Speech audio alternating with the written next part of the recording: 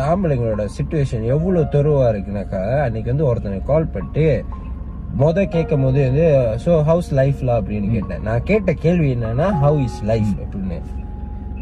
எடுத்தாம ஒரு இல்ல பிசினஸ் இப்படி போகுது, அந்த மாதிரி போகுது, இந்த மாதிரி இருக்கு, இப்படி கஷ்டம், அது இந்த ஊர்ல இப்படி பண்ணிக்கிட்டு இருக்கான், அப்படி பண்ணிக்கிட்டு இருக்க அப்படின்னு. ஆல் சேம் முனிலா ப்ரோ, அப்படித்தான் போய்கிட்டு இருக்கு அப்படின்னு.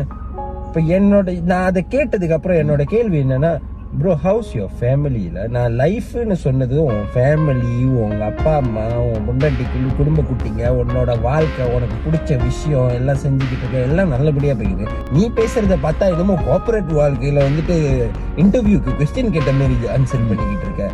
ஏன்னா அவ்வளோ யூஸ் டு ஆயிட்டாங்க. எப்படி இருக்க இது வந்து காசை பத்தி தான், காசோட விஷயங்க. நீ அவரை குறை சொல்றியா? இல்ல நான் குறை சொல்லல, நீ குறை சொல்ல முடியாது. அவ்வளோ பேடா இருக்கு சிச்சுவேஷன். எப்படின்னா தூங்கி எஞ்சா நம்ம இப்ப நீ என்ன சொன்ன, குடும்பம் தான் லைஃப்ங்கிற.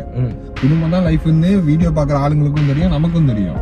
ஆனா அந்த குடும்ப ஆளுங்களே நம்மள என்ன பண்றாங்க, தூங்கி எஞ்சோனே வேலைக்கு போறியா, அதுவும் பஸ் ஏறிட்டு போறியான்னு கேட்க மாட்டாங்க.